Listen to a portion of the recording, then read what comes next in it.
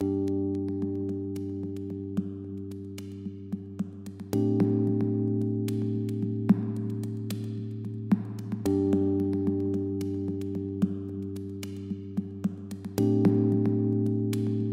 Valeria, je suis à la phase hydratation. On ne peut pas se maquiller sans prendre soin de sa peau et c'est même la base d'un bon make-up. Donc on va bien hydrater le visage. Il y aura une crème aussi adaptée pour le contour des yeux. Et ensuite, on va procéder à l'hydratation des lèvres. On utilise toujours un produit adapté à la partie du visage. Chaque partie du visage demande un traitement complètement différent les uns des autres. J'ai pris cette habitude, même quand je travaille pas forcément les yeux, c'est de toujours commencer par les yeux. Pour la simple et bonne raison que quand on travaille au fard à paupières, il y a toujours des chutes. Donc pour m'éviter de refaire le teint sur une peau qu'on aurait abîmée avec le coton et puis le maquillage en première partie, etc., je préfère toujours commencer par les yeux. J'utilise un enlumineur gras, juste pour amener un petit peu de lumière sur les paupières. Parce que j'adore quand il y a un petit glow, un petit quelque chose, même si la suite du maquillage va être d'autant plus brillant. Après avoir mis mon petit glow sur la paupière, je procède au mascara puisque sur ce look, on ne va pas forcément travailler les yeux. J'ai utilisé un premier mascara, donc le Supra Volume, pour volumiser ses cils, les allonger, les épaissir, parce que j'avais vraiment envie que les cils soient présents. Et ensuite, je me suis servi du mascara Bilong, donc c'est plus une toute petite brosse en silicone qui va permettre, même si ça va rajouter de la matière, de venir espacer les cils. Je suis une fan des cils, c'est vraiment cette partie que je préfère, je trouve que ça change tout un regard. Moi-même, je porte des faux cils tous les jours et c'est pas hyper recommandé en photo, donc c'est vrai que je charge beaucoup en mascara, surtout quand les yeux sont nudes.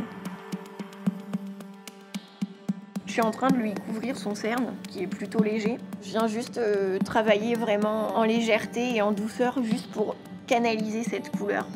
Mais vraiment rien de très couvrant. En fait, j'aime sentir le grain de la peau, qu'on sente que la personne que je suis en train de maquiller reste un humain sous son maquillage. Donc j'ai vraiment cette fascination pour les peaux naturelles. Je trouve que c'est beaucoup plus beau, même quand on est chargé sur le reste du visage. Je vais venir appliquer le fond de teint sur le haut de ma main.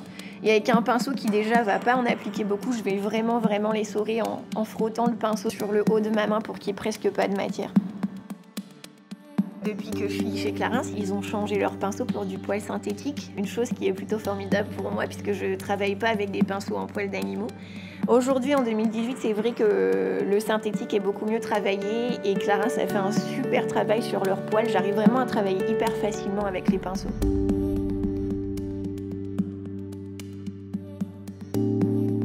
Alors là, je viens poudrer. C'est vrai que par contre, la poudre, hormis sur moi, c'est quelque chose que j'utilise quasi jamais au travail. Là, j'avais juste envie d'être sûre qu'elle ne brille nulle part, puisque vu que je vais ajouter de la brillance plus tard, j'avais vraiment envie de maîtriser mes brillances. Et j'avais pas envie qu'une autre brillance, même si elle était minime, vienne interférer dans mon maquillage. Donc j'ai utilisé de la poudre.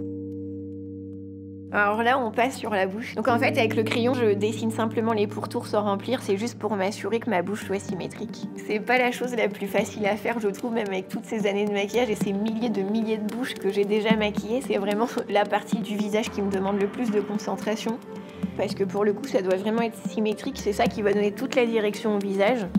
On a tous un côté plus arrondi et l'autre un petit peu plus droit et ça c'est vraiment la particularité à bien décerner, surtout avec la lumière que j'ai eue aujourd'hui, c'était pas évident. Et là, chez Valeria, c'est vrai que son côté qui était plat était en plus dans le côté de la lumière et son côté bombé dans l'ombre, donc ce qui n'a vraiment pas arrangé ma difficulté, mais bon au final j'y suis arrivée donc tout va bien. Une fois que le crayon est fait, je passe ensuite au rouge à lèvres pour remplir l'intérieur de la bouche. Mais aussi, je m'efforce de repasser sur le crayon, donc ça redemande de la concentration. Quand je maquille des bouches, je m'efforce de ne plus respirer pendant un moment, le temps que j'arrive à tracer ma bouche pour être sûre de ne pas bouger, de ne pas faire des traits en zigzag. Valeria a une carnation dorée, donc j'ai choisi un rouge à lèvres où il y avait une petite pointe de bleu à l'intérieur, parce que le bleu et le jaune vont très bien ensemble. En fait, tout ce qui se rapproche des couleurs cerises ont une petite pointe de bleu. Ensuite, je vais vraiment revenir réaccentuer les ombres naturelles du visage, donc vraiment sous l'os, sous les pommettes Et en général, enracine des cheveux, mais vu que là, on est quand même sur une lumière hyper forte, j'avais pas envie de créer une ombre qui finalement n'existe pas à cause de la lumière. Je mets du blush, très discret, juste pour relever légèrement le teint, un vieux rose, juste pour donner un petit peu un côté peps au teint. Alors là, je suis en train de poser mes brillances sur tous les volumes, donc sur l'arcade, sur le haut des pommettes, aussi sur l'arête du nez.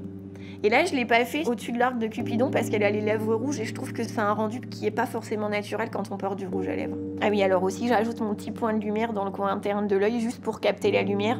Ça va pas changer grand-chose au maquillage. Par contre, en photo ou en vidéo, ça va tout de suite agrandir son regard. Sur sa paupière, j'ajoute du gloss. C'est quelque chose de très inconfortable dans la vie de tous les jours, donc c'est pas quelque chose qu'on va se faire. Par contre, en vidéo ou en photo, ça a un effet absolument incroyable, absolument brillant, encore une fois, comme j'aime, et ça apporte vraiment quelque chose à un maquillage traditionnel, presque nude, juste avec une bouche rouge. Ça va vraiment ajouter le petit plus sophistiqué, on va dire, dans ma façon de maquiller.